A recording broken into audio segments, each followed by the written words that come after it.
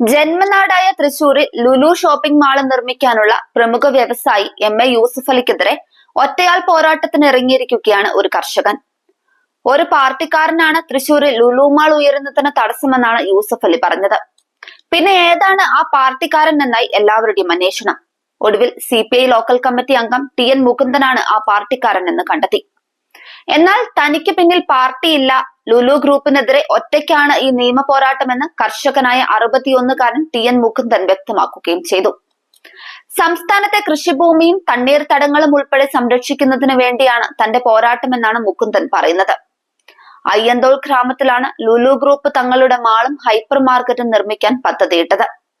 Lulu group വാങ്ങിയ ഈ സ്ഥലം കൃഷിഭൂമിയാണോ അല്ലയോ എന്നതിന്റെ പേരിലാണ് യൂസഫ് അലിയും ഈ കർഷകനും തമ്മിലുള്ള ഹൈക്കോടതിയിലെ നിയമ പോരാട്ടം.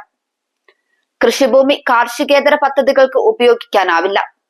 കൃഷിഭൂമികൾ രേഖപ്പെടുത്തിയിട്ടുള്ള ഡാറ്റാ ബാങ്കിൽ നിന്ന് ലുലു ഗ്രൂപ്പ് വാങ്ങിയ ഭൂമി റവന്യൂ ഡിവിഷണൽ ഓഫീസർ ഒഴിവാക്കിയതോടെയാണ് മുകുന്ദൻ 2023 ഹൈക്കോടതിയെ സമീപിച്ചത്. ഈ ഡാറ്റാ ബാങ്കിൽ നിന്ന് ഒഴിവാക്കിയതോടെ കാർഷികേതര ആവശ്യങ്ങൾക്ക് ഈ ഭൂമി ഉപയോഗിക്കാമെന്ന അവസ്ഥ വന്നു. കഴിഞ്ഞയാഴ്ച ഹൈക്കോടതി RTOയുടെ ഈ ഉത്തരവ് റദ്ദാക്കി.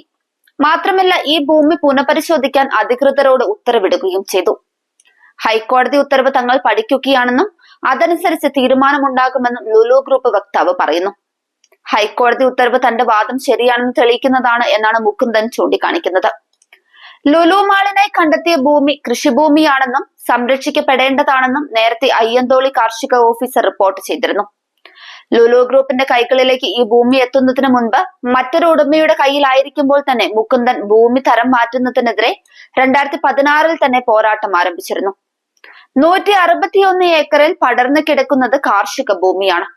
ഈ ഭൂമിയുടെ മുന്നുടമ ഈ കൃഷിയിടത്തിൽ നിന്ന് ചെളി മാറ്റി ഭൂമി തരം മാറ്റാൻ ശ്രമിച്ചു. അന്ന് മുതൽ മുകുന്ദൻ നിയമ പോരാട്ടം തുടങ്ങിയതാണ്. ലുലു ഗ്രൂപ്പ് ഈ ഭൂമി വാങ്ങിയതോടെ താൻ പോരാട്ടം കടുപ്പിച്ചെന്ന് മുകുന്ദൻ പറയുകയാണ്. 2017 മുകുന്ദൻ നടത്തിയ നിയമ പോരാട്ടമാണ് NCP ലീഡറായ തോമസ് ചാണ്ടിയുടെ മന്ത്രിസ്ഥാനം തെറിക്കുന്നതിന് ഇടയാക്കിയത്. കേരള നിയമസഭയിലെ ഏറ്റവും സമ്പന്നനായ അംഗമായിരുന്നു തോമസ് ചാണ്ടി ആ സമയം.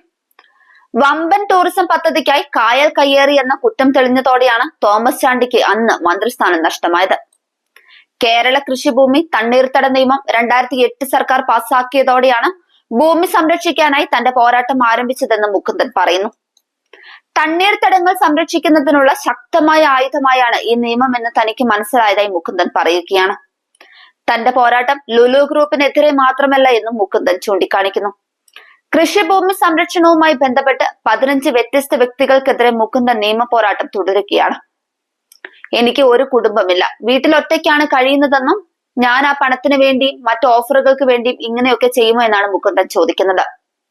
കൃഷിയിൽ നിന്ന് മുകുന്ദന് ലഭിക്കുന്ന വരുമാനത്തിന്റെ ഭൂരിഭാഗവും കോടതിയിലെ നിയമ പോരാട്ടങ്ങൾക്കായാണ് ചിലവാകുന്നത്. കൃഷിഭൂമി സംരക്ഷിക്കുക എന്നത് മാത്രമാണ് തന്റെ ലക്ഷ്യമെന്നും ആ ഭൂമി ആരുടെ കൈവശമാണ് എന്നത് എനിക്ക് വിഷയമല്ല എന്നും തന്റെ നിലപാട് വ്യക്തമാക്കുകയാണ് മുകുന്ദൻ.